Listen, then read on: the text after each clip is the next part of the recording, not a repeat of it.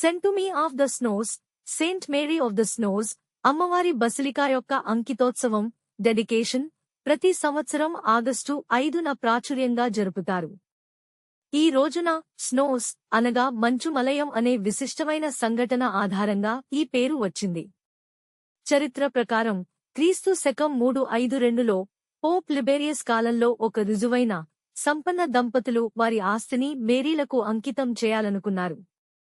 వారు ప్రార్థించి అమ్మవారి దివ్యదర్శనను పొందారు. ఆమె ఉన్నతాశయంతో రోమ్లోని ఎక్స్విలైన్ కొండపై నిలిచిన చోట ఒక్క రాత్రిలో మంచు పడటం, ఆగస్టు నెలలో, సాధారణంగా అక్కడ ఎప్పుడూ మంచు ఉండదు, జరిగింది. ఆ దంపతులు పోప్కు వచ్చిన ఇదే స్వప్న సందేశం ఆధారంగా ఆ చోట ఒక చర్చిని నిర్మించాలని నిర్ణయించారు. ఇదే సంప్రదాయాన్ని పురస్కరించుకుని Saint Mary of the Snows లేదా ఆ లేడీ ఆఫ్ ద స్నోస్ ఆ పేరు వచ్చింది.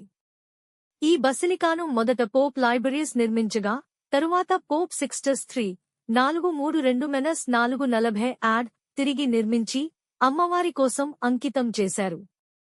ప్రేక్షకులకు గుర్తుంచుకోదగిన విశేషము ఏమంటే, ప్రతి ఆగస్టు 5న రోమ్లోని ఈ బసిలికాలో మంచు స్నానాన్ని గుర్తుచేసేలా తెల్ల గులాబీ రేకులను పైనుంచి జల్లుతూ ఉత్సవంగా చేసుకుంటారు.